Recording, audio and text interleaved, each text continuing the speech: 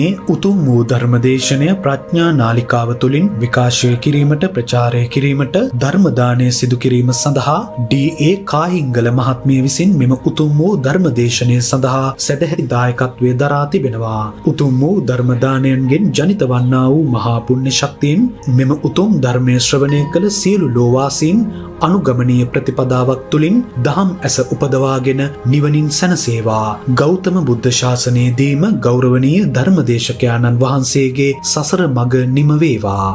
එසේම බලංගොඩ දංගස් මණ්ඩිය පළතුරු සෙවන නිවසේ පදිංචිව සිට 2021 වර්ෂයේ දෙසැම්බර් මාස 15 වන දිනට වසර 25කට පෙර වියෝ වූ ආර්යසේන කාහිංගල පියාණන්ද 2021 වර්ෂයේ දෙසැම්බර් මාස 18 වන දිනට වියෝ වී වසර 2ක් සපිරෙන අහුලියද්ද ලේකම්ලාගේ රම්මැණිකේ මෑණියන්ද 2021 වර්ෂයේ ජූනි මාස 14 වන දිනට වසර 7ක් සපිරුණු ආර්යවතී කාහිංගල සොහොයුරියද සිහිපත් කරන අතර ඔවුන් පින් ලබාගත හැකි තත්වයක සිටිනම් මෙම ධර්ම දානමය කුසල් ශක්තිය ලබා සැපවත් වී මනුසත් බව ලබා දහම් ඇස උපදවාගෙන චතුරාර්ය සත්‍ය අවබෝධ කොට සසරින් මිදේවා කියා බලාපොරොත්තු වෙනවා. එසේම වේවා කියා ආශිර්වාද කරනවා. නමෝ තස්ස භගවතෝ අරහතෝ සම්මා සම්බුද්දස්ස නමෝ තස්ස භගවතෝ අරහතෝ සම්මා සම්බුද්දස්ස නමෝ තස්ස භගවතෝ අරහතෝ සම්මා සම්බුද්දස්ස කම්මස්ස කාරකෝ නත්ති විපාකස්ස ච වේදකෝ සුද්ධ ධම්මා පවත්තංති ඒවේතං සම්මදස්සනං තී. ධර්මානුශාසනාවෙහි සදහැබර අනුග්‍රහක දායකත්වය දරන්නා වූ පවුලේ අය ප්‍රමුඛ මෙම මොහොත අපට සවන් දීම සඳහා අවකාශය උදා කරගත්තා වූ සදහැවර පින්නතුනි,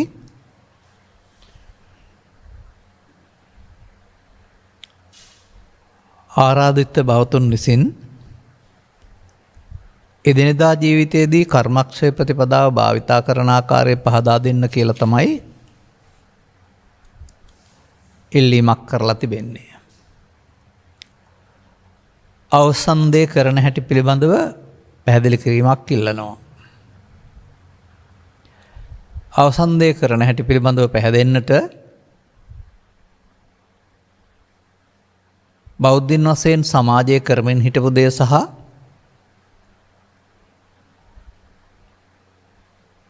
සත්ත්වින් වශයෙන් කරමින් ඉන්න දෙය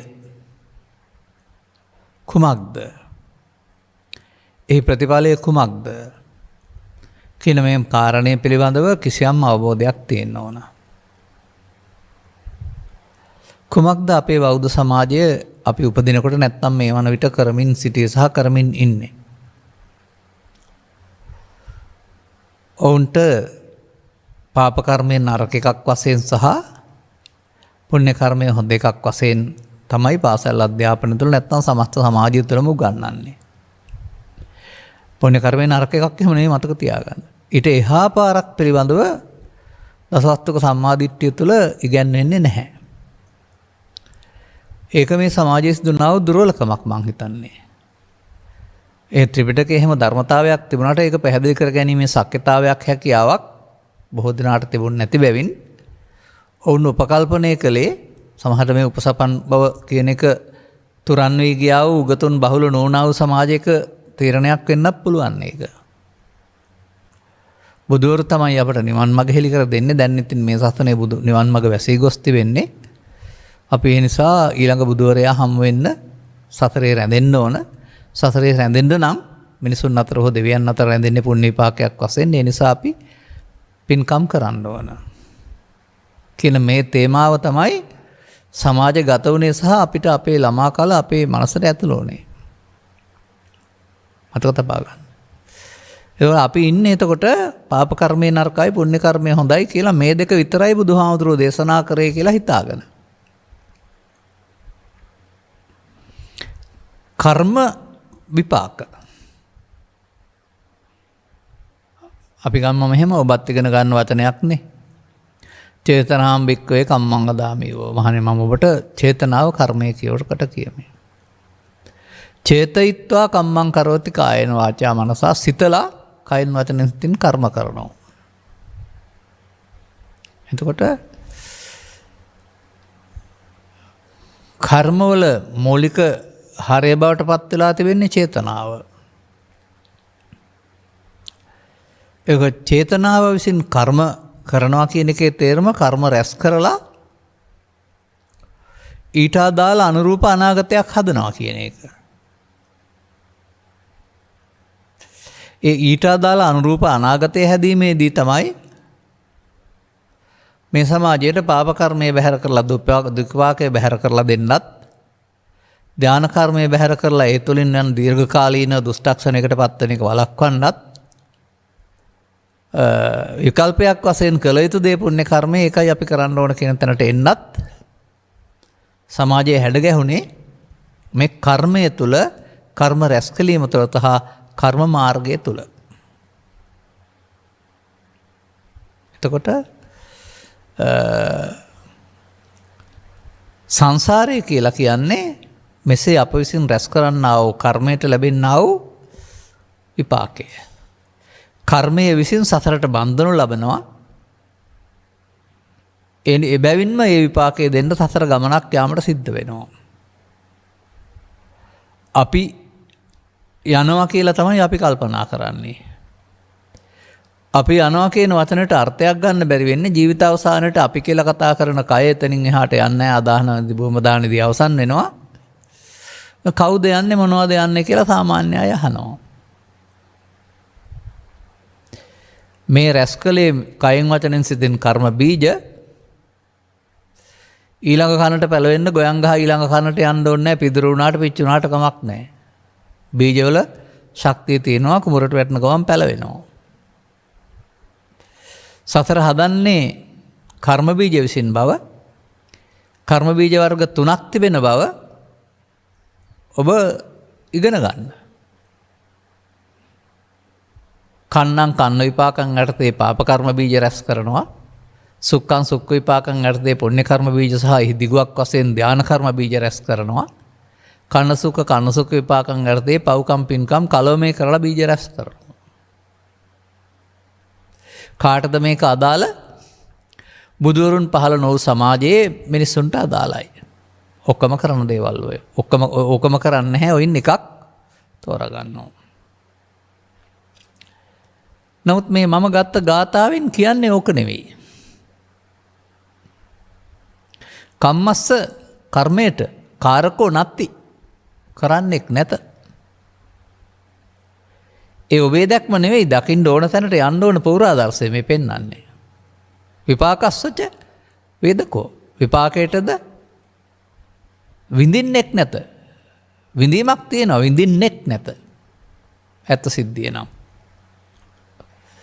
සුද්ධ ධම්මා පවත්තන්ති. සුද්ධ වූ ස්කන්ධ ධර්මයි පමණයි පවතින්නේ කියලා කෙනෙකුට බලන්න පුළුවන් නම් ඒ දැකීම සම්මදස්සනේ නැත්නම් යහපත් දර්ශනය කියලා කියනවා. ඔන්න ඔතනදී තමයි ඔබට සීවලී මහරහතන් වහන්සේට ප්‍රත්‍යලාභී අතර අග්ග උනායි කියලා ලැබෙන විපාකයේ අපට පෙරුණට විඳින්නෙක් නැත්තේ. බුදුරජාණන් වහන්සේට හිසරදේ සහ කොන්දේ අමාරුව තිබුණාට විපාකයක් තිබුණාට ප්‍රවෘත්ති වශයෙන් විඳින්නෙක් නැත්තේ. ඔබට පේන කය තිබුණාට විඳීම බාරගන්නෙක් නැති තැනට. උන්වහන්සේලා තුළ සුද්ධ ස්කන්ධ පවතිනවා. සුද්ධ ධර්ම ස්කන්ධ පරම. පෘථග්ජනයා තුළ පවතිනවා සුද්ධ ස්කන්ධ වෙනකොට අසුද්ධ ස්කන්ධ. එහෙනම් අපි මේ බෙදීමට අනුව පාප කර්මය නරකයි, පුණ්‍ය කර්මය හොඳයි, ධාන කර්මය ඊට වඩා හොඳයි කියලා කතා කළාට මේ තුන තුලම මොකද්ද පවතින්නේ? මේ තුල තුන පවතිනව නේද පුනර්භවය. දැන් වච්චගොත්ත බමුණට බුදුන් වහන්සේ දීප පිළිතුර ඔස්සේ ගත්තාම මොකද්ද තේරෙන්නේ? උත්පත්තිම් පඤ්ඤාපේමි ස උපාදානස්ස කෝහං වච්ච. මේ විශ්වේසුල යම් කිසි උත්පත්තියක් පනවනවා නම් මම උපාදාන සහිත කෙනාට. එහෙනම් ඔබට තේරෙනව නේද පවෙන් පරලෝ යාම කියන එකේ උත්පත්තිය දුගතිගාමී වීම පවේ උපාදානය නිසා කියලා.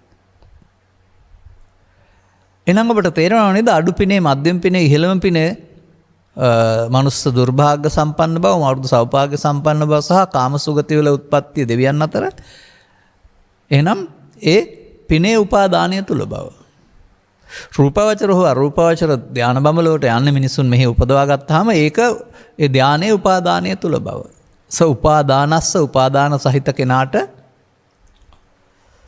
උත්පත්ති පනවනවා බුදුරජාණන් වහන්සේ. එහෙනම් උපාදාන සහිත වීම තුළින් සතර ගමන හොද කරගන්න පුළුවන්, භවගාමීත්වය හොද කරගන්න පුළුවන්.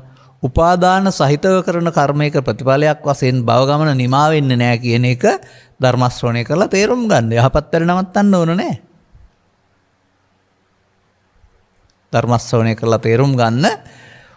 උපාදානස්ස කෝහං වච්ච උත්පත්තිම් පඤ්ඤාපේමි නම් උපාදාන සහිත වුණොත් උත්පත්ති හම්බ වෙනවා. නමුත් වචනයක් තියෙනවා නො අනුපාදානස්ස. උපාදාන රහිත වුණොත් උත්පත්ති බනවන්නේ. අන්න එහෙනම් එතන හිදසක් තියෙනවා නැත්නම් මාර්ගයක් තියෙනවා තථාගතයන් වහන්සේගේ වචනේ. උපාදාන රහිත වෙන්නත් ක්‍රමයක් තියෙනවා. උපාදාන රහිත වුණාම උත්පත්ති පනවන්නේ නැහැ කියලා.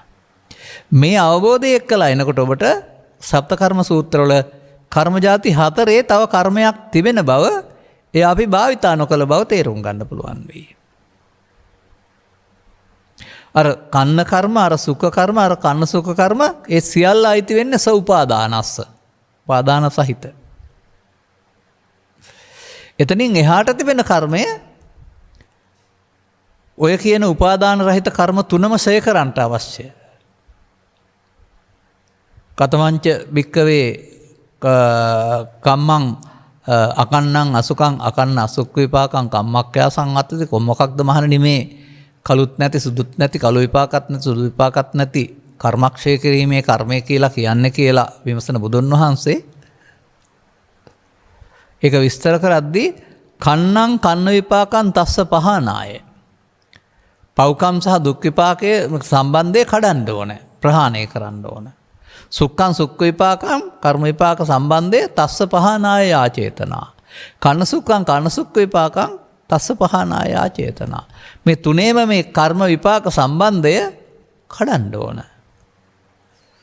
ඒකට තමයි කර්මක්ෂය කිරීමේ කර්මය කියලා කියන්නේ එතකොට ධර්ම ශ්‍රවණය කරන පින්නතුන් ස්ත්‍රී හෝ පුරුෂ ගිහි හෝ පැවිදි සොකී අවබෝධය තුළ මේ මග එන්න ඕන මේ සමාජයේ අක්‍රිය වී තිබුණා වූ උත්තර ලිවීමට පමණක් සීමා වුණා වූ අනුගමන ප්‍රතිපදාවට එන්න බැරි වුණා වූ පෘථග්ජනයින්ට වළංගු නැත්තා වූ එමත් කියමු පෘථග්ජන කියලා කියන්නේ කම්මස්සකාරකෝ නැත්ති නෙමෙයි කම්මස්සකාරකෝ ආත්ති ඔය කර්ම කරන්නේ කොහොට ඉන්නවා මම තමයි කරන්නේ එන්න මට විපාක ලැබෙන්නත් ඕන ඒ නිසා මම තුල තමයි කර්ම විපාකේ මම තුල කියන්නේ මයන්න මම හෝ කයන්න යන්න මම නෙමෙයි මමත්වය තුල එතකොට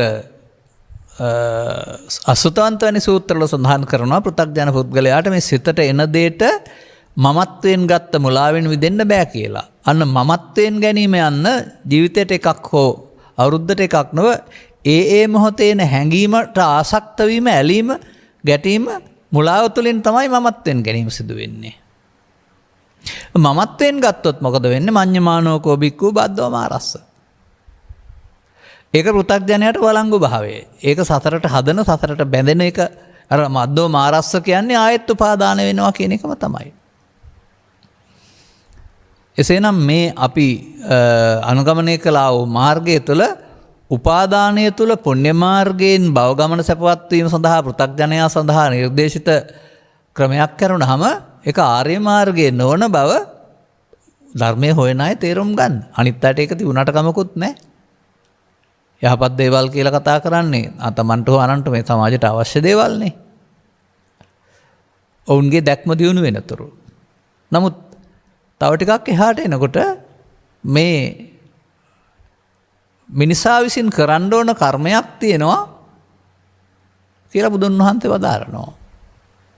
ඒක නම් කරනවා අංගුත්තර නිකාය සප්තක නිපාතයේ සප්ත කර්ම සූත්‍රවල 7ෙම විවිධාකාරයෙන් මුල් කර්ම විස්තර කරමින් ඇවිදින් කර්මක්ෂය කිරීමේ කර්මය කියලා. ඇතැම් විට ඒක මේ සමාජයේ බහුලව තිබුණේ නැහැ. නමුත් පොත්පත්වල සහ දේශකයන් වහන්සේලා භාවිතා කළා. අප ඒක බොහෝකට භාවිතා කළා. ඒ නිසා අපට දුරකථනයෙන් කතා කරන සමහර අය අපි එහෙම එකක් තියෙන බව දැනගෙනවත් හිටියේ නෑ කියලා පවා කියන අය ඉන්නවා. නමුත් මෙතෙන්ට එන්න ඔබ පිළිබඳ පුළුල් අපසරයකින් අවබෝධය ලබා ගන්න ඕන. අපි මේ කතා කරන්නේ ඊට පස්සේ ස්ත්‍රිය පුරුෂයා ගිහියා පැවිද්දා කියන පුද්ගල ස්වභාවය තුළ හිර කරගත්ත සංවරයක් තුළ නෙවෙයි. ඒ පුද්ගල ස්වභාවයේ ඉක්මවා ගිය හැමෝටම ගැලපෙන ස්ත්‍රී පුරුෂ ගිහි පැවිදි වේදෙන් තොරව සිදුවෙන ක්‍රියාකාරකම් තුළ. ඒක තේරුම් ගන්න කිසියම් ආකාරයක ධර්ම ශ්‍රවණයෙන් සමීපතාවයකට එන්න වෙනවා. ඒකට කියන්නේ ගම්භීරේසු ටානාටානේසු පඤ්ඤාචක්කුං කමති කියලා ගැඹුරුතන් කෙරෙහි ප්‍රඥා සොයමයම කියලා කියනවා. ඔබේ ඇස තුල සිතේ, කන තුල සිතේ, නාසය තුල සිතේ එහෙමයි මම ඒකට කියන්නේ වචනය. ඇස කන නාසය දිවකය කියනා වූ දොරවල් 6 තුල ඔබේ සිත තුල සිදුවෙන්නා වූ ගැඹුරු ධර්මතාවයක් තථාගතයන් වහන්සේ සොකී සූත්‍ර දේශනාවල පෙළ දහක් මගින් පෙන්වා තිබෙනවා.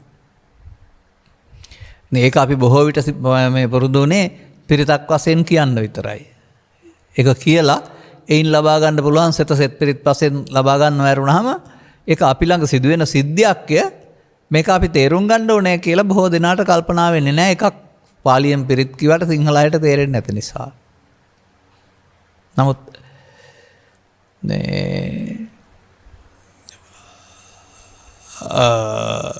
ගිරිමානන්ද සූත්‍රයේ දේශනා කරන පිරිත් දේශනාවල දස සංඥා විග්‍රහ කරන ආකාරයේ කටපාඩමේ වේගෙන් කියන්නේ යනවා අපිත් කියලාත් තියෙනවා. නමුත් ඒ එක පදයක් දැනගන්න පුළුවන් නම් උදාහරණ ඕන නැහැ. ඒ එකක් තුල මේ අවශ්‍ය කටයුත්ත තිබෙනවා. අපි කියමුකෝ අනිත්‍ය සංඥා කියලා. කතමා ඡන්ද අනිත්‍ය සංඥා. දැන් රූපං අනිච්චා, වේදනා අනිච්චා, සංඥා අනිච්චා, සංඛාරා අනිච්චා. ඉති මේසු පංච උපාදානස්කන්ධේසු අනිච්චානුපස්සී විහෙරති. නැවත නැවත බලමින් වාසය කරන්නේ නම් ඔබ ඒ කරන්නේ කර්මක්ෂය කිරීමේ කර්මය. එතනින් එහාට 9ම ඕන නැහැ ඔබට. අපි 10ම ඕන නැහැ කියලා හිතන් ඉන්නේ. එහෙම නැත්නම් කතමාචානන්ද පහන සංඥා uppannං කාම විතක්කං නාදිවාසේති පජහති විනෝදේති ව්‍යන්ති කරති යන භවං ගමේති. uppannං ව්‍යාපාදිතක්කං uppannං විහිංසාවිත. මේ තුනෙන් එකකදී ඔබට මේක කරන්න පුළුවන් නම් ඔබ ඒ කරන්නේ කර්මක්ෂය කිරීමේ කර්මය. ඔබට දැන් තේරෙන්න ඕන මම මේ හැම කතාවක් තුළම පෙන්වන්න හදන්නේ එකක් කියලා. ඒක මගේ වරදක් එහෙම නෙමෙයි. ඒක තථාගත බුදු පියාණන් වහන්සේ සොකී අවුරුදු 45ක කාලය තුල අදාළ දහම් පෙළ පෙන්වන්නට දරූ උත්සාහ තමයි මේ සියල්ල. අන්තිමට අර මම පෙන්වන්නේ ශ්‍රී පාදස්ථානයේ වන්දනා කරනකොට 7 පාරවල් 7කින් ගියත් ශ්‍රී පාදස්ථානයෙන් පද්ම එකක්.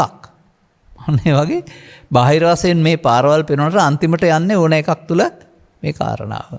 එහෙම නැත්නම් ඊට එහා පැත්තට ගන්න විරාග හෝ නිරෝධ සංඥා කොහොමද පෙන්වන්නේ? විරාග හෝ නිරෝධ සංඥාරම් බලන්න. ඒතං සන්තං ඒතං පනිතං එදදං සබ්බ සංකාර සමතෝ සබ්බූපති පටිනිස්සග්ගෝ තණ්හක්ඛ විරාගෝ නිරෝධෝ නිබ්බානಂತಿ.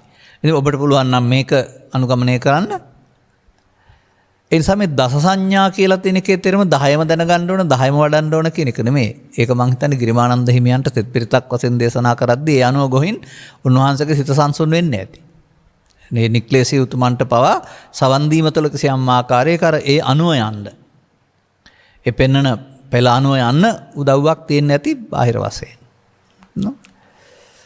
ඒකං අත්තපදංසයෝ යං සිතා උපසම්පති කියන බුද්ධ වචනය අනුව ගත් කල මේ 10න් එකකිනුත් මේ වැඩේ කරන්න පුළුවන්. නිසා මම ඔබට කියන්නේ මෙහෙමයි.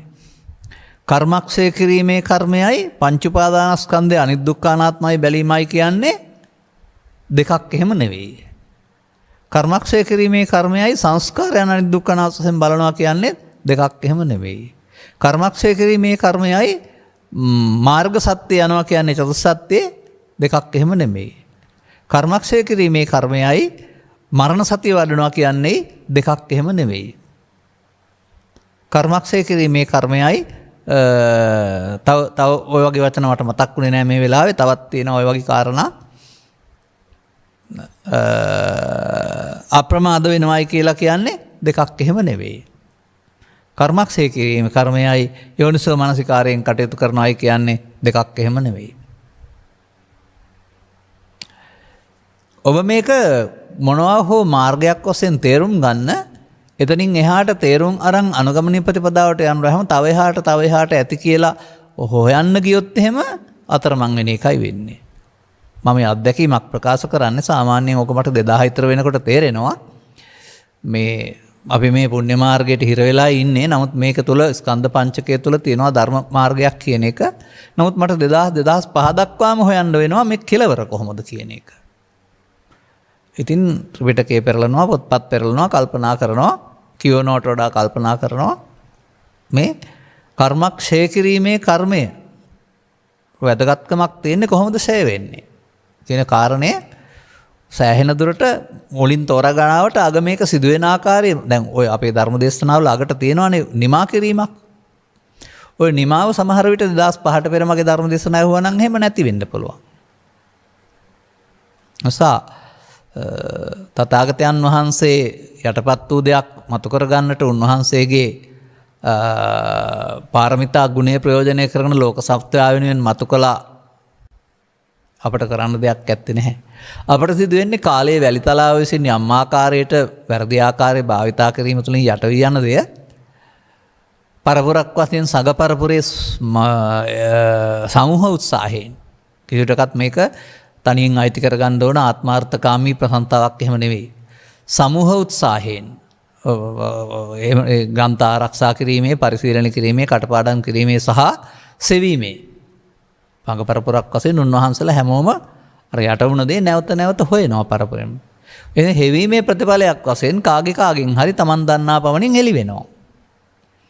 එතකොට ඔබට මේ වෙන්න ඕන කාරණාව පිළිබඳ අවබෝධයක් ලැබෙනවා නම් අන්න ඔබට අර ඒ අනතුරුව මේක ප්‍රායෝගික ප්‍රතිපදාවක්. ලියන කියන පාඩම් කරන එක වෙනුවට එදිනෙදා ජීවිතයේදී ප්‍රායෝගික ප්‍රතිපදාවක් ජීවිතයත් සමග යන්න ඕන දෙයක්. මගේ සරල උදාහරණයක තිබෙනවා මේක හරියට පොතයි පිටකොලෙයි වාගේ කියලා. පොත දරුවට හම්බ වෙනවා. පොත පාවිච්චි කළ හැකි. නමුත් පිටකොලේ නැත්තම් කුණු ගෑවෙනවා. පිටකොලේ කියන්නේ අත්‍යවශ්‍ය කාරණයක් නෙමෙයි. නමුත් පිටකොලේ උපකාර වෙනවා කුණු ගෑවෙන්නේ නැති වෙන්න. අන්න ඒ වගේ මේ ජීවිතය නිකම් පොත වගේ නම් තථාගතයන් වහන්සේ වදාළ මේ සතිය කියන කාරණය පිටකොලයක් වගේ. එhmenan අපට තේරෙන්න ඕන ගැඹුරින් තේරෙන්න ඕන.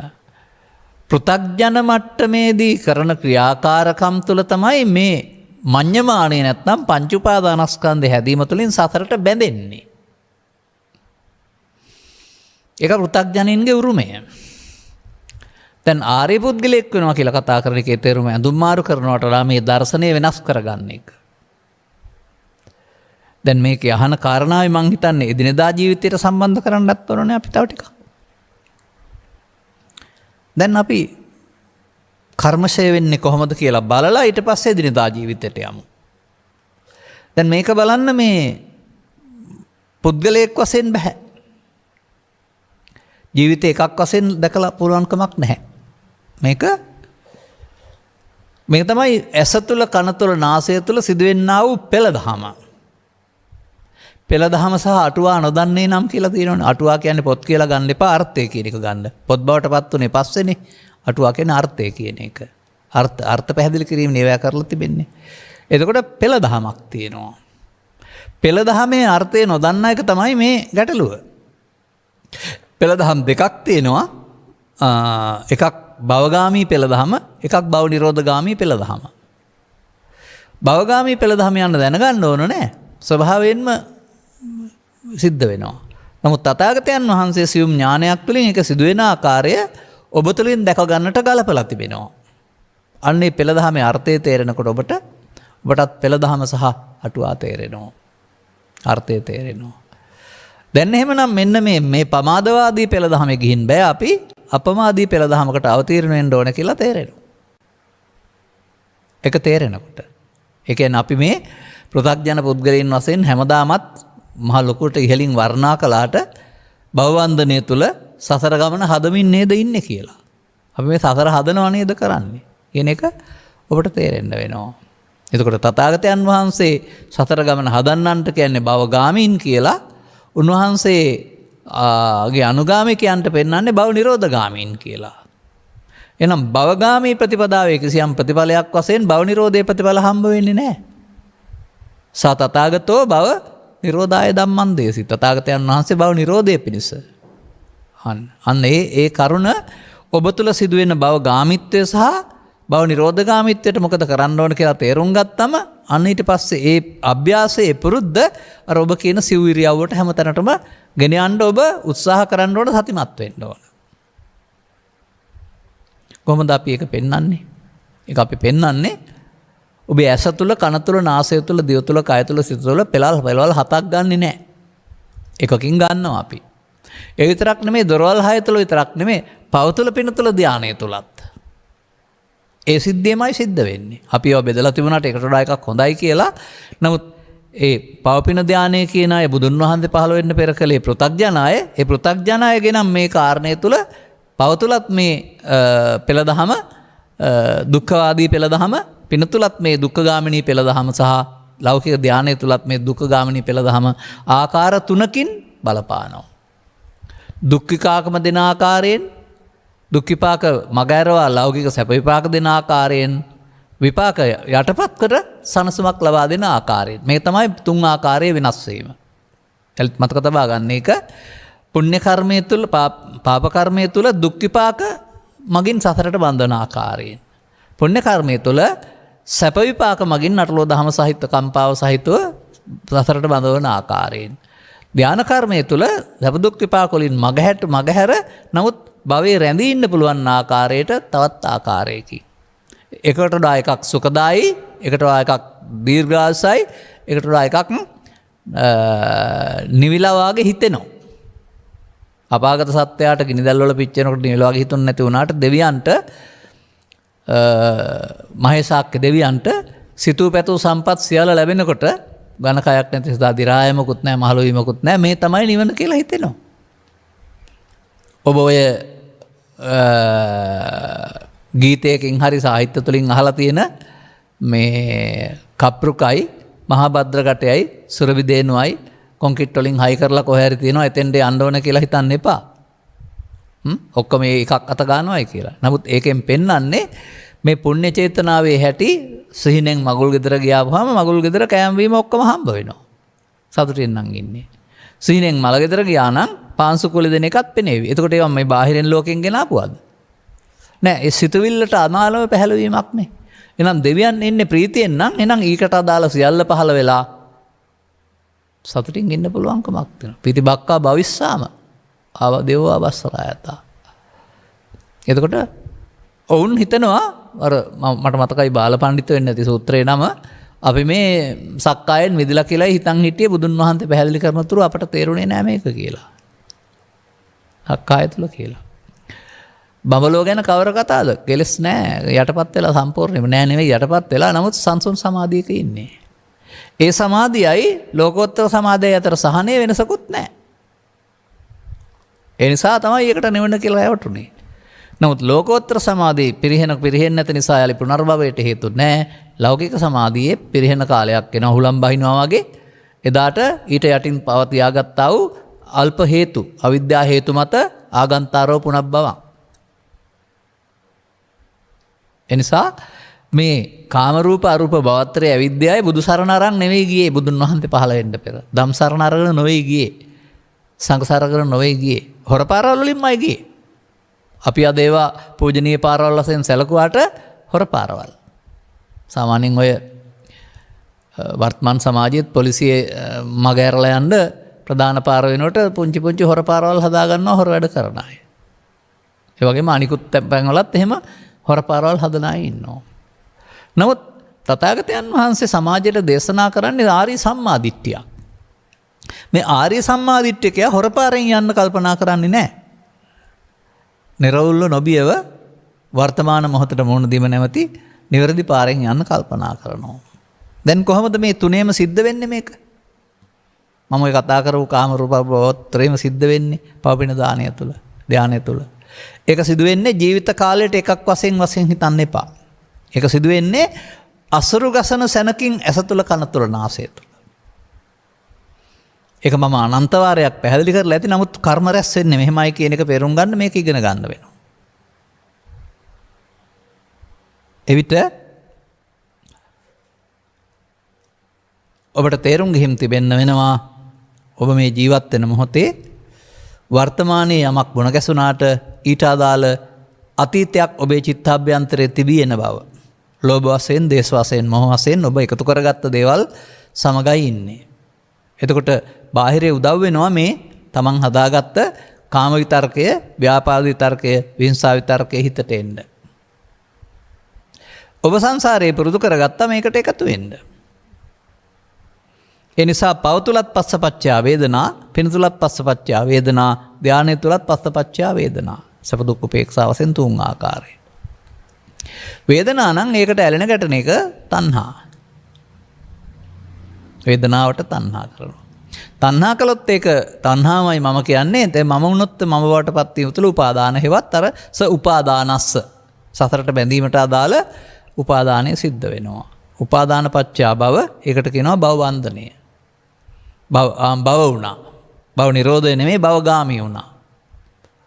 දැන් තණ්හා උපාදාන භව විද්‍යා සංඛාරා පවටත් හරි, තණ්හා උපාදාන භව විද්‍යා සංඛාරා පිනටත් හරි, තණ්හා උපාදාන භව විද්‍යා සංඛාරා ධානයටත් හරි පෘථග්ජනයාට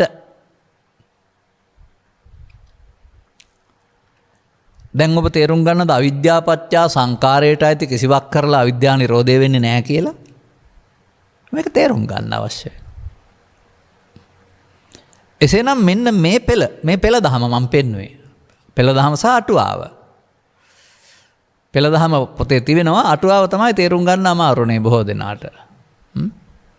තින්නම් තංගති පස්සෝ කියන එක සාමාන්‍යයෙන් ප්‍රසාදයේ ගෝචර රූපේ චක්ක විඥානේ තුන එකතු වෙන එක කියලා ගන්නව හැරුණාම යදතීතම් පහිනන්තං යම් අතීතයක් නම් පහින කියලා ගන්න නැතුව අතීතෙන් එන බව. අර උපාදානස උපාදානයෙන් උපදින බව. තේන සංකං ගච්ඡති. යංකෝ භික්ඛවේ අනුසේති. ඔබ අනුසේ වශයෙන් තැබුව එකෙන් මේ වර්තමාන මොහොතට වේදනාව විඳින්න පස්සයක් වෙන බව තේරුම් ගන්නේ නැහැ. හරි. දැන් අපි මේ කතා කළේ එතකොට ප්‍රමාදවාදී පෙළදහම ජීවිතය තුළ අපි අයහපත් පුද්ගලයෙක් වශයෙන් ජීවත් වෙන්න ගියත්, යහපත් පුද්ගලයෙක් වශයෙන් ජීවත් වෙන්න ගියත්, සිල්වත් පුද්ගලයෙක් වශයෙන් ජීවත් වෙන්න ගියත්, ධානලාභියෙක් වශයෙන් ජීවත් වෙන්න ගියත් ඔබට බුදු සරණ, ධම් සරණ සකසන්න ලැබුණේ නැත්නම් ඔබ කර්මවාදියෙක්, කර්ම රැස් කරන්නේ කම්මස්සකාරකෝ අත්ති ඔබට. අර මම කොට ගැනීම තමා කරන්න. ඔබ නෙමෙයි, මේ කය නෙමෙයි. කර්ම රැස් කරන්න කවුද? චේතනාව. පාපී චේතනාව, පුණ්‍ය චේතනාව, ධාන චේතනාව. එබැවින් ජීවිතය තුළ විපාකයකුත් තියෙනවා. කායත හැරුණත් විපාකයක් තියෙනවා. විපාක නචසෝ ඔහු නොවේ, නචාඤ්ඤෝ වෙන කෙනෙකුත් නෙමෙයි. ඒක තමයි හේතුඵල නැත්නම් කර්ම විපාක කියලා කියන්නේ. මේ ජීවිතයක් අවසන් වෙනකොට මේ කර්ම රැස් කිරීම නම් වූ බීජ රෝපණය, බීජ නිෂ්පාදනය ඊළඟ කන්න සඳහා පැල හදන්න ක්‍රමයක් සකස් වෙනවා වගේ ජීවිත අවසානයේ අපි මේ කර්ම රැස් කරගත් එකක් අරගෙන පරලෝ යනවා. දැන් එතකොට ඒක කම්මස්සකාරකෝ අත්ති විපාකස්සත වේදකෝ. කවුද ඒ කෙනා? මඤ්ඤමානය, මමත්වෙන් ගැනීම, උපාදීයමානය, උපාදාන කර ගැනීම, අභිනන්දනමානය, සතුරෙන් පිළිගැනීම, අනුසේති, හේතුවක් ඉතුරු වෙන තැබීම. ඔය ඕනෑ වචනකින් පෙන්වන්නේ පෘථග්ජන පුද්ගලයාටින් සිද්ධ වෙන පමාද විහාරිත්වය. මේක තේරෙනවා නම් දැන් මේක නොකරන්නේ කොහොමද? ලොකුම ප්‍රශ්නේ තමයි අපේ බෞද්ධින්ට කලක් තිස්සේ තිබුණේ. ඒක මගෙන් මං හිතන්නේ 2015 ඉඳලා අහන්නේ. මොකද අපි කරන්න ඕන? මෙයාට මොනවා හරි කරලා පුරුද්දක් තිබුණා. පුංචි කාලේ ඉඳලම පන්සල් ගිහින් බෝධි පූජා තියලා මල් පහන් පූජා කරලා වන්දනා කරලා ඉඳගෙන ආනාපාන සතිය වඩලා වන්දනා ගමන් ගිහිල්ලා මොනවා හරි කරලා. ඒ නිසා මොනවා හරි කරන්න ඉල්ලනවා. කර්මස්ථානයක් වඩන්න හරි ඉඳගෙන ඉන්න මොකක් හරි බුදු ගුණ වඩන්න හරි මොනවා හරි කරන්න වැඩක්. ඔය මොනවා හරි කරන්න ගත්තාම ස්වභාවයෙන්ම කාම විතර්කයට, ව්‍යාපාද විතර්කයට, විහිංසාව විතර්කයට දොර වැහෙනවා කියන එක දැන්වත් ඉගෙන ගන්නකෝ. ඒ කරන එකෙන් වෙන්නේ අරවට එන්න තියෙන ඉඩකඩ වැසි අර අත්තකල මතාන යෝගීන්ගේ පාරේ යන්නට පාරක් හැදෙන එක. ඒ විතරක් නෙමෙයි මං හිතන්නේ මම ඕක තේරුම් ගන්නකොට මට සාමාන්‍යයෙන් 80 81 විතර කාලෙ වෙන්නේ නැති ඔය සම්මර්ෂණ ඥානය කියන කාලේ සම්මර්ෂණය කරන කාලේ මේ ඔය තරුණකමට කොළුකමට විනෝදයෙන් ජීවිතය ගත කරලා ඊට පස්සේ ඇස් දෙක පියාගත්තාම අර සේරම මතකෙට එනවා. සුන්දර පැත්ත නම් සතුටුයි, අනිත් පැත්ත මහ වේදනාකාරී. නමුත් මේ වන්දනා කරලා වාඩි වෙලා කතාවක් ඔස්සේ අපි ඉගෙන ගත්ත කතාවක් ඔස්සේ යන්න ගියාපුවම නැත්නම් ආනාපාන සතිය ඔස්සේ ඉන්න ගියාපුවම අරක මොකක්වත් හිතේ නැහැ. පුදුම සැහැල්ලුවක්. අන්නේ සැහැල්ලුව වලට ඇලෙන එක තමයි වැරද්ද නිවන කියලා. එහෙම සැහැල්ලුවක් තියෙන බව දැනගත්තට කමක් නැහැ. ඉතින් ඔය සැහැල්ලුව දිනු කරන්න අවුරුදු 7ක් 8ක් පොරාලලා ධර්මයේ තේරුම් ගත්තේ නැතුව බලෙන් යටපත් කරන හිටියට ඕක පිරිහෙනවා කියලා අත්දැකීමෙන් දන්න නිසා තමයි අනිත් අයට කියන්නේ ධර්මයේ තේරුම් අරගෙන කර්මක්ෂය කිරීමේ කර්ම යනු අරහම කෙලෙස් යටපත් කරලා සමාධි හදන්න දඟලන්න එපා. ඒක කොතරම් කල් වැඩුවත් නේව සංඥා නා සංඥායතනෙ දක්වා වැඩුවත් පිරිහිලා අපහු භවයට එනවා කියලා කියන්නේ ඒකයි. හත්වලේතු අන්තයක් ඔබ බෞද්ධ ඇඳුමකින් හිටියට යන්න ඒ පාරේ නම්. ඒක අදාළද කර්මක්ෂය කිරීමේ කර්මයට. ඒක අදාළද මෙන්න මේ පද තුනට? මම මේ දවස්වල කියනවා මේක. සරිම සුන්දර දෙයක්. මෙම පංච උපාදානස්කන්ධය අනිදුක්ඛානාත් වශයෙන් බැලීමේදී සෝවාන් වෙනවා. මෙම ඒ මොහොතේ හටගන්න එක. එහෙම නැත්නම් උපන්නං හටගන්නා වූ කාම විතර්කේ, ව්‍යාපාද විතර්කේ, විහිංසා විතර්කේදී භාවනාව තියෙනවා. එතකොට ඒකේ තේරෙනව නේද මොකක්ක අරමුණු නැතුව ඉඳ උගන්වන්නේ නැහැ. උපදින එක සම්බන්ධයෙන් වෙනස් ආකාරයේ බැලීමක් තියෙනවා. අන්න ඒකයි කරන්න ඕන දේ. ඒකට හැබැයි ඇත්තටම කියනවා නම් කරනවා කියනවට වඩා හරියන්නේ නොකිරීම කියන එකයි. ඉතින් අර කරලා පුරුදු අයට නොකිරීම තේරෙන්නේ නැහැ. ලෝභ කරලා පුරුදුයි, ඊර්ෂ්‍යා කරලා පුරුදුයි, වෛර කරලා පුරුදුයි, පලි අරගෙන පුරුදුයි. ඒකනේ පුරුද්ද තියෙන සංසාරේ. නමුත් බුදුන් වහන්සේගේ මේ පද තුලම තිබෙනවා පුදුම ආදර්ශයක්. ඒක අපට කරගන්න බැරි වුණ මෙතෙන්ට සමීප වෙන්න බැරි වුණ එක තමයි මේ ගැටලුව. දැන් කාලියක් කෙනෙක්ගේ කතාව අරන් බලන්න. ඒක ඔබ දන්නවා නම් ඔවුනොවුන් වෛර කර ගැනීම තුළ ජීවිත ගණනාවක් තිස්සේ ස්ත්‍රීන් වශයෙන්, මුවන් සහ කොටින් වශයෙන්, බලවුන් සහ මීයන් වශයෙන් මට මතක හැටියට ඔවුනොවුන් කාගත්ත බව කතාවක් තියෙනවා. එහින්දා නහි වේරේන වේරාණි. වෛරයෙන් කවදාවත් ආපහු ප්‍රතික්‍රියාවට එනවා යනවා සම්මන්තිද සංසිදේද යන්න කිසිදාක සිදු වෙන්නේ නැහැ. නමුත් අවේරේනච වෛර නොකිරීමෙන් සංසිදෙනවා. ඒක බුදුර හොයාගත් සනාතන ධර්මය. ඔබටත් මේක වළංගුයි. මේ නොකරන්නේ කොහොමද කියලා තේරුම් ගන්න ඕනනේ. එහෙම නැත්නම් කෝදන උපනාහීච ක්‍රෝධයෙන් ගත්තාම මේක විපන්න දිට්ටි වසලේක්. අක්ඛෝදේන ජිනේ කෝදං. කෝදේ ධ්‍යාගණ්ඩ නොකරන්න ඕන. ඉතින් මේක දහම් පාසලේදී දරුවන්ට හොඳ නෑ කියලා දෙන්න පුළුවන්. ළමයින්ට රචනා වශයෙන් ලියන්නත් පුළුවන්. නමුත් අදාළ තැනදී Taman මේකට එකතු වෙන බව පෘථග්ජන ස්ත්‍රී පුරුෂ ගිහි පැවිදි කිසිවෙක් දන්නේ නැහැ. කිසිවෙකුට පාලනය කරගන්න බෑ. ඔවුන් පස්සේ කියයි මට ඉන්නවා මරනවා පෙන්න මොකක් වුණාද දන්නේ නැහැ කියලා. ඒ පෘථග්ජන භාවය තුල ඒකේ හැටියේ. ඒක සංසාරේ පුරුදු කරගත්තේම එකතු වෙන්න. දැන් ඔබ එදිනදා ජීවිතේදී එතෙන්ට මම දැන් ඔන්න ආවා අදාළ කාරණා ටික කියන්න පුළුවන් විදිහට. දැන් ඔබ එදිනදා ජීවිතේ ලිඳ ළඟද ඉන්නේ? දැන් නම් ඒ ලිඳ නැහැ. නමුත් ඉස්සර ඒ ලිඳ තිබුණා. ඊළයි කමලයි චම්පයි රේකයි දිය ගන්නට ඇවිදින් මොකද කරන්නේ? වතුර ගන්න ගමන් එක එක්කනාගේ අදපළ දුක කියා hina වෙනවා. එතකොට අන්න ඒකට hina වෙනවා නම් ඔබට එතන තියෙන්නේ අදපළ අනිත් අයගේ වෙනද අදපළ හොයන කාම විතර්කය. ඒකට තවත් කෙනෙක්ට විහිළු කරනකොට කේන්ති ආවිදින් අයා මිනිස්සයා වතුර හිනවා නම් හරි බැනගන්න දෙනවා නම් හරි උහු පාවිච්චි කරන්න ව්‍යාපාද විතර්කය.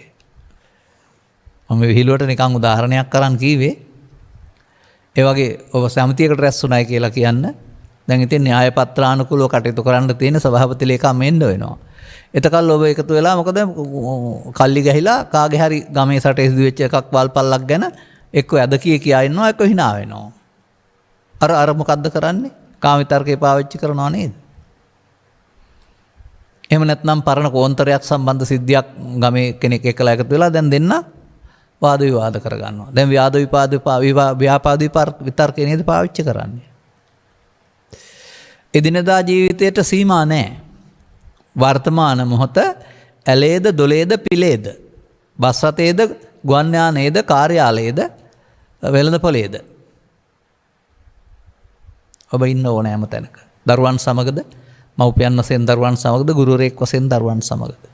නැත්නම් අප නම් ධර්ම දේශනා කරන අය සමගද ධර්ම ශ්‍රවණයක අය සමගද. ධර්ම ශ්‍රවණයකින් කරමින් ඉඳලා යම් කිසි පුද්ගලයෙක් ඔය කියන කාරණා නිසා කෙනෙකුට රිදුනහම ඔහු කේන්ති අරගෙන අපට වචනින් දමල ගහන්න පුළුවන්. දැන් අපට තේරෙන්න ඕන ඔහු ව්‍යාපාදී තර්කේ පාවිච්චි කරන්නේ ඒකට ව්‍යාපාදී තර්කයෙන් උත්තර දීලා බෑ.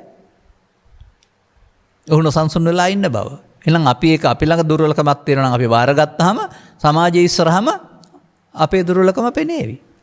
නමුත් අපට hina වෙලා ඉන්න පුළුවන් නම් බාර නොගෙන එහෙනම් ඔහුව සංසිඳවන්නත් පුළුවන් ඒ උත්තරේ දීලා. ඒ නිසායි මම පෙන්නන්නේ මේක Tamanට අදාළ ශේස්ත්‍රයේදී කියලා. අපට නම් දායක පිරිස් සමග පින්කම් කටයුතු කරන්න යාමේදී ධර්ම දේශනා සංවිධානය කිරීමේදී කෘෂි පරිශ්‍රණ නිලධාරියෙකුට නම් ඒකට අදාළ පොහොර බෙදා දීමේදී තෙල් බෙහෙත් බෙදා දීමේදී සංඛ්‍යාලේඛන එකතු කිරීමේදී පමා වෙනකොට හරියට බෙදෙන්නේ නැතුවම හරි. ගොවියෙකුට නම් Tamanගේ එළවලු නිෂ්පාදන අලෙවි කරන්නට යාමේදී මිල අඩු වෙනකොට හෝ වැඩි වෙනකොට විශේෂයෙන් අඩු වෙනකොට එහෙම නැත්නම් අර පහුගිය දවස්වල ආපු මේ මොකද්ද සමූහ දළඹුවෙක් ඇවිදින් හිටියේ. ඒ සමූහ දළඹ වගේ කතාවේදී නම් ගොවියන්ට දැන් ඉතින් ණය අරගෙන වහවලා තියෙන්නේ. දැන් ඉතින් විකුණන්න දෙයක් නැහැ. ගස් ටිකක් කනවා. ඉතින් ඊට පස්සේ වැඩිකාරයෝ කෘෂිකාර්ය දෙපාර්තමේන්තුවේ නිලධාරීනෝයි. ඒ ගැන පිළියම් දෙන්නේ නැහැ කියලා. මේ විදිහට අපි මේ හැම කාරණයකදීම මේ තැලෙන්න යකඩයක් හොයා ගන්නවා. අපි නෙමෙයි වැරදිකාරයෝ කවුරු හරි කියලා. ඉතින් මේක බොහොම හොඳට මේ දවස්වල විශේෂයෙන් ශ්‍රව්‍ය මාධ්‍ය තුල මේ රූපවාහිනී කැමරාවල් පෙන්නනවා. මිනිසුන් විශේෂයෙන් ව්‍යාපාදී තර්කේ පාවිච්චි කරන ආකාරය. ඔවුන් ඒවායින් උත්සාහ කරන්න ඇත්තේ යමක් දිනාගන්නත් ඇති මං හිතන්නේ දැනට ඒ පැත්තෙන් ගත් කල ඒක මම දකිනවා එහෙම දිනාගන්න අවශ්‍ය දේවල් දිනාගන්නත් අවශ්‍යයි කියලා. නමුත් ඔවුන්ට කල්පනා වුණේ නැද්ද දරුවන් ඉස්සරහා රූපයක් වෙනුවට ප්‍රතිරූපයක් සකස් කරලා ඒකට තැලීමෙන් හෝ ගිනි තැබීමෙන් ඒක ද්වේෂසහගත සාමාන්‍ය දෙයක් වරදක් නෙවෙයි කියලා ළමයින්ට පෙන්වන බව. ඒකේ අනාගත හානිය වැටහුණේ නෑ නේද? අන්න ඒ නිසා මේ සමාජයේ මෝඩ වුණාම කරන කියන වැරදි පේන්නේ නෑ. ඒ නිසා අපි දකිනවා හොඳට මේවා අර විතර්කයේදී ව්‍යාපාද විතර්කයේදී ඉතනින් එහා පැත්තට ඒ මත තීරණ ගන්නව ඇරුණාම එහි හානිදායකත්වය විනාශය පෙනෙන්නේ නැහැ. ඒ දිනදා ජීවිතේ ඔය කියන විදිහට ගන්න. දැන් ගත්තම ඔබට ඒ එදිනදා කටයුතු වලදීමයි මේ චිත්ත අභ්‍යන්තරගත වේ තිබෙනා වූ මූලයෙන් පැලෙන්නේ. අපි ගනිමු මූලයෙන් පැලෙන හැටි. යත අපි මූලේ අනුපද්ද වේ දල්හේ. යම් කිසි විට මුලට උපද්‍රවයක් කරන්නේ නැත්නම්. චින්නෝ පිරොක්කෝ පුනරේව රූහති. ඔබ වෙනත් සමාධියක් මගින් හරි වෙනත් ශික්ෂාපද සමාධියක් මගින් හෝ මේක වළක්වාගෙන ඉන්නවා. හැබැයි මුල ගලවලා නැහැ. ලෝභ දේශ මොහ මූලේ. ගහ කොච්චර කැපුවත් මුල තියෙනකොට පැලවෙනවා වගේ අර තණ්හා අනුසය ලෝභ මූලය දේශ මූලය මෝහ මූලය නැත්තම් අපි කතා කරනවා මේ වගේ තබ්බපු ඇත්තක් කියලා. ඒ ඇතිතුරු එයින් හට ගන්නා වූ පංච උපාදානස්කන්ධේ නිබ්බන්තති දුක්ඛං ඉදප්පුනප්පුනං නැවත නැවතත් පංච උපාදානස්කන්ධේ හටගෙන ඒකේ දුකක් නැත්තම් විඳවීමක් එනවා. ඒක තිබෙනතුරු එනවා. ඒ නිසා තමයි සෝවාන් සිර අනාගාමි දක්වා දුක් විඳලා හදන්න ඕන කියලා කියන්නේ. බාහිර දුක් විඳලා කියන නෙවෙයි අර මානසික දුක.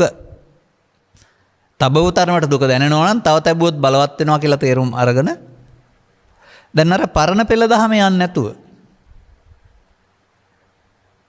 පරණ පෙළ දහම ඇස තුල කන තුල නාසය තුල දිව තුල කය තුල පව තුල පින තුල ධානය තුල එහෙම නැත්නම් ඔබ ඉන්නා වූ ආයතනය තුල ෂණයකින් පසපච්චා වේදනා වේදනාපච්චා තණ්හා තණ්හාපච්චා උපාදාන උපාදානපච්චා භව පෙළ දහම දැන් පෙළ දහම අටුවාව තේරෙනව නේද සසරට බැඳෙනවා නැවත නැවතත් සසරට බැඳෙනවා සසර හදනවායි කියලා ඒ තමයි අටුවාව අර්ථය දැන් එහෙනම් ඒ පෙළ දහම ගිහින් බෑ එතකොට අර්ථය සසරට බැඳෙන එකනේ භව බන්ධනයනේ දැන් භව නිරෝධගාමී පෙළ දහම හොයාගන්න වෙනවා අර කර්ම රැස් වුණා තණ්හා උපාදාන වුණා කියන්නේ කර්ම රැස් වුණානේ මෙන්න මේ නිසා ඔබට යන්නේ හැම තැනකදීම ඔබේ කරන කාර්යයට අමතරව ඔබට පැවරීති වෙනවනේ සත්කාරයක් මවගේ පියාගේ ගොවියාගේ වෛද්‍යවරයාගේ පරිපාලන නිලධාරියාගේ සේවකයාගේ කම්කරුවාගේ මේවා එකක්වත් නවත්තන්න බෑ මේ ලෝකෙට ඕනේ මම පෙන්නන්නේ බස් රථයක් ධාවනය වෙන්නේ රියදුරු අතින් තමයි නමුත් ඒක වැඩ කරන අය නැත්නම් කාර්මික නිලධාරීන් මනාව සකස් කරලා දුන්නේ නැත්නම් කොතන හරි පොඩි ඇණයක් ගැලවුණොත් එතනම ඉන්න වෙනවා. ඊට යන්න බෑ. පොඩි ඇණයකිනුත් ලොකු උදව්වක් තියෙනවා. ඒ හින්දා රෝහල් කම්කරුවා හරි මහමග සුද්ධ කරන කම්කරුවා හරිත් මේ පරිපාලන ශාස්ත්‍රයේ ලොකු වැඩක් කරන්නේ. මේකට මේ ලොකු පුංචිකමක් දීලා තියෙන එකට මම තරම් ප්‍රිය කරන්නේ අර වෙනත් රටවල් වගේ මේක සමාන වෘත්තීය අයිතිවාසිකම් දෙන රැකියාවක් බවට පත් කරගත්තා නම් හොඳයි කියලා මට හිතෙන්නේ. ඒ හැම දෙයක්ම අවශ්‍ය නම් ඒ හැමදේම කැමැත්තෙන් කරන තැනට හදා ගන්න ඕන. කවදා හැදෙයිද දන්නේ නැහැ. එතකොටත් ඔය අර පසුගිය කාලවකවානු වල රජවරු දීපු තානාන්තරානුවනේ ඔය කුල හැදිලා තිබෙන්නේ. ඒවා දැන් නැහැ. නමුත් අරක තවඳත් හන විටිය කරගහගෙන යනවා. අද එහෙමනම් හදන්න වෙන්නේ වර්තමානයේ පවතින තානාන්තර වලට අනුවනේ. හදන්න වෙන්නේ අර පරණේවා නෙමෙයි. නමුත් තථාගතයන් වහන්සේ වදාහරන්නේ උපතින් හරි වංශෙන් හරි එහෙම කෙනෙක් වෙන්නේ නැහැ කියලානේ පෙන්වන්නේ. ඒ නිසා ඔය බෙදීම් ආපහු ආයෙත් වෙනත් ආකාරයකට තමන් මානව උපදවා ගන්න අහංකාර වෙන්න උඩඟු වෙන්න උසස් පහත් කර සලකන්න හේතු වෙනවා. නීතියෙන්ම සමානාත්මතාවයක් හදන්න පුළුවන් නම් ඒක 100% සාර්ථක වෙන්නේ නැහැ. නමුත් ඒක යම්කිසි ප්‍රගතිශීලී පියවරක් වශයෙන් මම දකිනවා පවතිනවට වඩා. ඒවා සිදුවෙනතුරු අපි පෞද්ගලිකව එනම් එදිනදා ජීවිතයේදී ඔය කියන අවස්ථා 3 පිළිබඳව හොඳ නිරීක්ෂණයකින් සිහියකින් ඉන්න කොයි වගේද කියලා කියනවා නම් ඔබට හොඳ කෙසෙල් කැනක් තිබෙනවා. දැන් පැහිලා තිබෙන්නේ මනුස්සයොත් වටපිටින් බලබලා යනවා ගමේ හොරුත් ඉන්නවා නමුත් ඉතින් ඔබ නිදාගත්තොත් කපාන යන්න ලේසි මම බලාගෙන ඉන්නේ වරෙල්ලකෝ කිව්වොත් එහෙම ඒත් එන්නේ නැහැ නමුත් හොරුන්ට නොදැනෙන්න බලන් ඉන්න වෙනවා එතකොට හොරා එනවනේ කපන්න අහු වෙනවනේ අන්න ඒ වගේ මේ කාම විතර්කයේ ව්‍යාපාද විතර්කයේ විසංකේ විසින්තා විතර්කයේ හංගන්න දඟලන්නේ නැතුව තිබෙනකොට හේතුන්සින් එන එක යහපතක් වශයෙන් සලකලා එන විට අර පරණ පාරේ නොයන්න අර මම පෙන්නපු පරණ පාරේ නොයන්න ඔබට තථාගත බුදු පියාණන් වහන්සේ දෙන කරවදාලා වූ සිහියෙන් කටයුතු කිරීමයි කියලා අප්‍රමාදයේ යොදා ගන්නට එය දියුණු කරන්නට වෙනවා ඉතා ඉක්මනින් හැකිතාක් ජීවිත අවසාන වෙනතුරු මේවා කියා ඉන්නේ නැතුව හැකිතාක් දොරට මේ එකතු නොවීමෙන් සිදුවෙන කර්මක්ෂය වීම සඳහා ඔබ දියුණු කරපු සිහියක් ප්‍රඥාවක් පාවිච්චි කරන්න වෙනවා හුරු කරන්න වෙනවා හැමෝටම. නමුත් ඒකට විශාල බාධාවක් මේ රටේ පවතිනවා. සිහිය කියන්නේ එහෙම එකක් කියලා හිතන්නේ නැති එක. ඒ කියන්නේ ඉරියව් දිහා බලන් ඉන්න එක. එහෙම කියලා වෙනත් ආකාරයකින් සරල අර්ථයක් ජනිත කරගත්තම මේ කර්ම ෂය වෙන්නේ සිහිය නැමැති ආලෝකයේදී කියලා. කොහොමද ෂය වෙනව ඇත්තේ?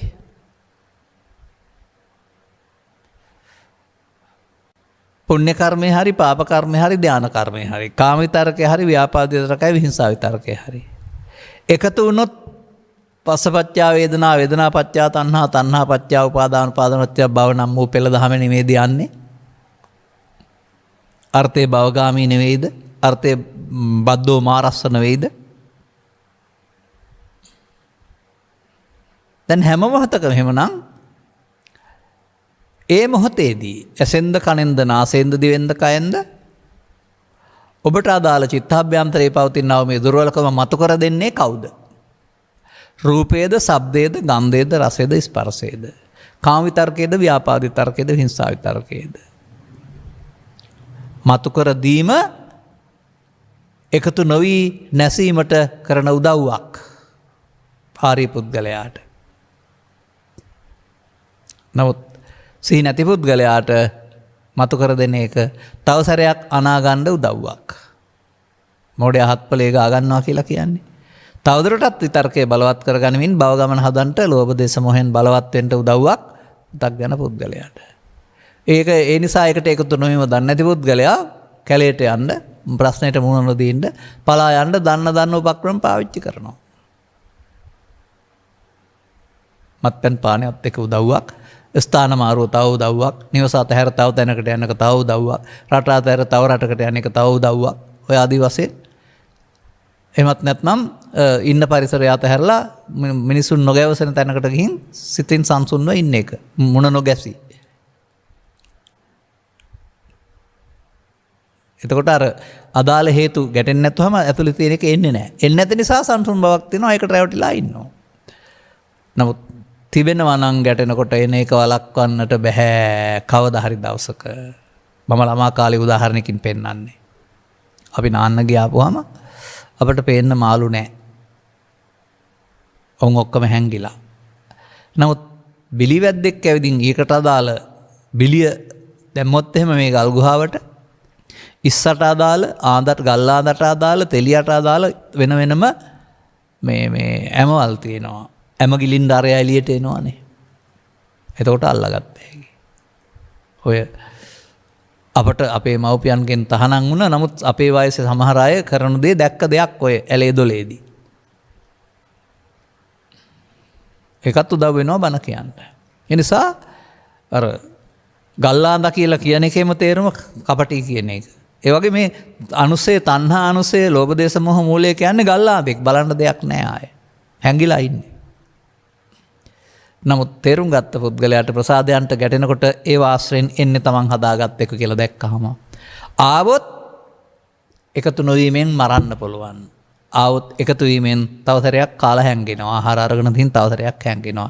භව චක්‍රය අතීතයෙන් ඇවිදින් වර්තමානයේ විඳ අනාගතයට තැබීම නැවති එකතු වීම කියන එක සිද්ධ වෙනවා. දැන් එනිසා මෙතන තමයි මම දකින්නේ බුදුන් වහන්සේගේ මේ ධර්ම දේශනාවල සුන්දරම ස්ථානය. සතිමත් වෙලා කාම විතර්කයට එකතු නොවන්නේ නම් ව්‍යාපාද විතර්කයට එකතු නොවන්නේ නම් හිංසා විතර්කයට එකතු නොවන්නේ නම් ඒක මෙන්න මේ පෙළ දහමේ මෙහෙමයි තියෙන්නේ. ඔය ඕන එකක් හටගන්න එක තින්නම් සංගති පස්සෝ තමයි. අර ආඳා හැංගිලා ඉඳලා ආහාර ටික ගන්න එනවා වගේ අදාළ විතර්කයට අදාළ කරුණ හැම වෙලේ මම එනවා. ඒ මම සංගවා ගත්තා. දැන් තිබෙනවා නාදිවාසේති පජහති විනෝදේති ව්‍යන්ති කරවති කියන එක වචනෙන් තිබුණාට තේරෙන්නේ නැහැ. හොඳයි සිහිය තිබුණොත් අර පාරේ ගියාම සතර හැදෙනවා. ඒ පාරේ ගියොත් ගහ ගන්න මරා ගන්න කපා ගන්න වෙනවා බලවත් වෙනවා ඇරුණාම වෙන එකක් වෙන්නේ නැහැ. ස්ට්‍රෙස් වෙනවා ඇරුණාම කියලා එකතු නොවීමෙන්. එනම් පස්ස නිරෝධ වුණොත් එතනින් එහාට ඒකට අදාළ සැප දුක් උපේක්ෂා වේදනා නැහැ. ඒකට අදාළ තණ්හා නැහැ. ඒකට අදාළ උපාදාන නැහැ. ඒකට අදාළ භව නැහැ. අර පළවෙනි තැනින් කඩපුවම ඉතුරු යන්නේ නැහැ නේද? මේකට නේද සතිය උන? දැන් බලන්න මෙතෙන් යොදලා එකතු වීම සංස්කාරයන් නිත්සුකාත්ම වශයෙන් ගැනීමයි එකතු නොවීම ඉමේ පංච උපාදානස්කන්ධය අනිත්‍ය දැකීමයි කියලා හරියනවද බලන්න? හරියනවා නම් කරලා බලන්න. කරගෙන ඉස්සරහට යන්න. ඔබේ ওই චිත්තාභ්‍යන්තරයේ සංසුන් වෙනවද කියලා ටික ටික. මට කියන්න තිබෙන්නේ මේ පමණයි. බුදු දහම හරි ලේසි. නමුත් අර වටේ පිටේ වහගත්ත කුණු කන්දල් නිසා මෙතෙන්ට සමීප වෙන්න බෑ. ඒ කුණු කන්දල් අයින් කරන දෘෂ්ටික කඩාන බණ අහගෙන ආපුවම එදිනෙදා ජීවිතයට බුදු දහම. එතකොට බුදුන් වහන්සේ වදාළ තිට්ටන් චරන්න තින්නෝවා සයානෝවා ආවතස්සගත මිද්දෝ කියන එක හරි. මතක තබා ගන්න. එවිට බුදුන් වහන්සේ වදාරලා තිබෙන්නේ මෙන්න මේ ක්‍රියාවලිය ප්‍රතිපත්ති පූජාවෙන් බුදුන් පිදීම කියලයි. නමුත් අපි ওই ක්‍රියාව වෙනුවට බුදුන් පිළිමයක් හරි පුද්ගලයෙක් හරි කරගෙන උන්වහන්සේට වඳින එක ලොකු පින්කමක් බවට පත් කරගෙන ඊට පස්සේ ඉතින් අපි බෝධි රෝපණය, චෛත්‍ය රෝපණය, එහෙම නැත්නම් උස බුදු පිළිම හදන එක, විහාරස්ථාන දියුණු කරන එක ආදී කොට ඇති පෘථග්ජන භාවය තුළ පුණ්‍ය මාර්ගයේ බුදු සමය කියලා හිතන් ඉන්නවා. කාටද ඒක අවලංගු? බණ තේරෙන්නේ නැති පෘථග්ජනයින්ට ඒ වුණාට කමක් නැහැ ඒක. මොකද අවලංගු කරලා හරියන්නේ නැහැ. නැත්නම් ඔක්කොම පාපයට යනවනේ. පාපයට යන්නේ නැතුව පුණ්‍ය ක්‍රියාව ඊට වඩා හොඳ විකල්පයක්. නමුත් ඒ අනාර්ය පුද්ගලයන් සඳහා සහ බුදුන් වහන්සේ වදාළ පරිදි නම් වයස අගට ගියා වූ අයට මේ ආර්ය මාර්ගයට ගන්න බැරි නම් අර බමුණන්ට බ්‍රාහ්මණ වර්ගය දේශනා කළේ පරලෝ ජීවිතය සපවත් වෙන්න පිනක් කරගන්න. එසා පෘථග්ජනයින් සඳහා නිර්දේශ බුද්ධාගම 100% පාවිච්චි කළාට ආර්ය පුද්ගලයෝ හැදෙන්නේ නැහැ. මොකද පෘථග්ජන භාවය තුළ ඒකේ යහපතක් සමාජයට සිදු වුණාට Tamanට යහපතක් වුණාට භවගාමිත්වය තියෙනවා. භවගාමිත්වය තියෙනවා. ඒ භව නිරෝධගාමී ප්‍රතිපදාව විවෘත නොවන නිසා සමාජයට. නමුත් විවෘත වුණොත් ඔබට ඕන ඉහාත්ම වශයෙන්ම මේ බුදුන් වහන්සේ වදාළ වචන තුනේ අර්ථය හොයාගන්නද? කුමක්ද වචන තුනේ අර්ථය? ලෝභක්ඛය, දේශක්ඛය, මෝහක්ඛය. ඛය කරලා බලන්න නිවන කියන්නේ මොකක්ද කියලා. ප්‍රාර්ථනා කර කර ඉන්නේ නැතිව ෂේ කරන්න මේ මාර්ගය යොදා ගන්න. එවිට ඔබට සංසුන්වනේ ඔබ ඉන්නේ. සංසුන්ව සිටියදී කෛරාටිකමක් බොරුවක් එහෙම නැත්නම් ඕනකමක් ඉටු කරගන්න ඔබේ සිත හදනවාද? කාමක පැත්ත හෝ තවත් බොරු හොර වංචාව ආදී කාරණා. ඒ කාම විතරකේ. ඔබ ගැටීමක් ඇති කරගන්නවද කවුරුත් එක්ක? පුංචි සිඟිත්තාගේ පටන් ඉහළ තැන දක්වා එක එක්කෙනා එක්කලා ඔබ විතර්කයට එකතු වෙනවා ව්‍යාපාද. තව එහාට ඔබ අවිදරන්න යනවද නැත්නම් කුමන්ත්‍රණයක් ක්‍රියාත්මක කරනවද යටි? ඒ හිංසා විතර්කය. මේ තුනේදී නේද භාවනාව තියෙන්නේ? මේ තුනේදී නේද කර්මශය කරන්න තියෙන්නේ? මේ තුනේදී නේද කර්ම රැස් කරන්නේ? දැන් ඔබට තේරෙනවද මේ තුනේ කර්ම රැස් කරන්නා පෘථග්ජනා හේවත් ප්‍රමාද විහාරියයි. මේ තුනේදී සිහියෙන් ඉඳලා එකට එකතු නොවෙන්නා කර්මක්ෂය කරන්නායි. ඔන්න ඔබේ ඉලක්කයට මම ආවා. එබැවින් මේ කරුණ මනවින් තේරුම් ගත්තම අවශ්‍ය වෙන්නේ තේරුම් අරගෙන ප්‍රායෝගික වෙන එක. හැකිතාක් දුරට ඒක තමයි අභ්‍යාස කරනවා කියලා කියන්නේ. දැන් ගණිතයේ දුරිපුවාම යම්කිසි ප්‍රමේයයක් යටතේදී ගුරුවරයා කියලා දෙනවා රටාව. ඕකම දෙන්නේ නැහැ පොඩි පොඩි වෙනස්කම් දීලා ගණන් 15ක් 20ක් දෙනවා. නමුත් අර වෙනස්කම් හඳුනාගෙන එහාට යනකොට නුවණ දියුණු වෙන්නේ. ඒ අභ්‍යාස කළා. එක ගානේ ප්‍රමේය ජීර්ණය වෙන්න අතල තමන්ගේ හිතට එන්න අභ්‍යාස කළා. සමහරට මගේ පෞද්ගලික ජීවිතේ මම මෙහෙම කියන්නම්. ව්‍යාපාර වස්තු නැමැති එක ගානක් ඉගෙන ගන්න ගණන් පොතක් හදපු කෙනෙක් මම. විභාගෙට එන්නේ එක ගානයි මේකට උත්තර ලියන්න ගණන් පොතක් හදපු කෙනෙක්. ඒ කාලයක. අන්න ඒ වගේ අභ්‍යාසනේ අපිට දැන් අභ්‍යාස අවශ්‍ය වෙන්නේ. ඉතින් අභ්‍යාස වලට මුලින් මුහුණ දෙන්න ටිකක් අමාරුයි. පහු වෙනකොට අභ්‍යාස ලැබෙන එක තෘප්තියට කාරණයක්. මොකද හොරා එළියට එන එක හොඳයිනේ අල්ලගන්න. ඉතින් ඊට පස්සේ ඔබ මේ වැඩේ කරනවා නම් ඒ යන්නේ මාර්ගයේ. මාර්ගය ඔබට තේරෙවි. ඵලය ඉතින් අසංකතේ. වෙනදා නැති ඔය උපදවාගත්ත ආයතන සැනසුමක් වෙනුවට බාහිර සිද්ධීන් නිසා කලබල නොවෙන්නා වූ සැනසුමක් ඔබට ටික ටික හමු වෙනවා ඇති. බලන්න එහෙම තියෙනවද කියලා. අදාළ කරුණට ප්‍රවිෂ්ඨ වෙන්නට ඒ ආත්ම වශයෙන්ම ලබාගත් මනුස්ස ජීවිතය සමග මේ ප්‍රතිපදාවට ප්‍රවිෂ්ඨ වීමට ඔබට මෙම කරුණ පැහැදිලි කිරීම හේතු ආසනාව වේවායි කියන ප්‍රාර්ථනාව කරමින් මම ධර්මානුශාසනාව මෙසේ අවසන් කරනු ලබනවා. දායකත්වයේ මෙම උතුම් ධර්මදේශනය සඳහා සදහයි දායකත්වය දෙනු ලබන්නේ ඩී.ඒ. කාහිංගල මහත්මිය විසිනි. අරමුණු අතර මෙම උතුම් ධර්ම ශ්‍රවණය කළ සියලු ලෝකවාසීන් අනුගමනීය ප්‍රතිපදාවක් තුළින් ධම්මස පොදවාගෙන නිවනින් සැනසේවා. අන්න ඒක තමයි වෙන්න ඕන කාරණේ සහ ප්‍රාර්ථනාව. ගෞතම බුද්ධ ශාසනයේදීම ගෞරවනීය දේශකයන් වහන්සේගේ සසර මගින් වැය ඉහාත්ම වශයෙන් කියන්න බය නැතුව. ගෞතම බුදු ශාසනය තම කල්ප කොච්චර තිනවද දන්නේ නැහැ. එසේම බලංගොඩ දංගස්මණ්ඩිය පළතුරු සෙවන නිවසේ පදිංචිව සිට 2021 දෙසැම්බර් මාස 15 වන දිනට වසර 25කට ප්‍රයෝග වූ ආර්යසේන කාහිංගල පියානන්ද 2021 දෙසැම්බර් මාස 18 වන දිනට වියෝ වී වසර 2ක් සපිරන අහුලියද්ද ලේකම්ලාගේ රම්මැණිකේ මෑණියන්ද 2021 ජූනි මාස 14 වන දිනට වසර 7ක් සපිරන ආර්යවතී කාහිංගල සොයුරියද සිහිපත් කරන අතර ඔවුන් පින් ලබාගත හැකි තත්වයක සිටිනම් මෙම ධර්ම දානමය කුසල ශක්තියෙන් ලබා සැපවත් වී යලි මිනිසත් බව ලබා සදහම් සවණේකට ධම්මසපත පහදාගෙන චතුස්සත්‍ය අවබෝධ කරගෙන දුක් කෙලවර කරගනිත්වා. ඔබේ වටහා ගැනීම බොහෝ දුරට හරි වගේ මට තේරෙනවා. එබැවින් ඔබේ යහපත් පැතුම් සියල්ල සඵල වේවා. අනුග්‍රහක බවතුන් වශයෙන් කටයුතු කළ සවන් දුන් ඔබටත් වර්තමාන මොහොතේ කර්මක්ෂය කිරීම සඳහා සතිය පාවිච්චි කිරීමේ වටිනාකම තේරුම් අරගෙන අනුගමනීය ප්‍රතිපදාවක් තුළින් ප්‍රතිපත්ති පූජාවෙන් හම් වෙන බුදුන් වෙත යන්නට මෙම කරුණ පැහැදිලි කිරීම හේතු වාසනා වේවායි සාදු කියලා ප්‍රාර්ථනා කරගන්න. සබ්බීතියෝ වජ්ජන්තු සබ්බ රෝගෝ විනස්සතු මාතේ බවත් අන්තරායෝ සුඛී දීඝායුකෝ භව හැම දිනාටම තෙරුවන් සරණයි. දේශක්ඛයෝ නිබ්බානං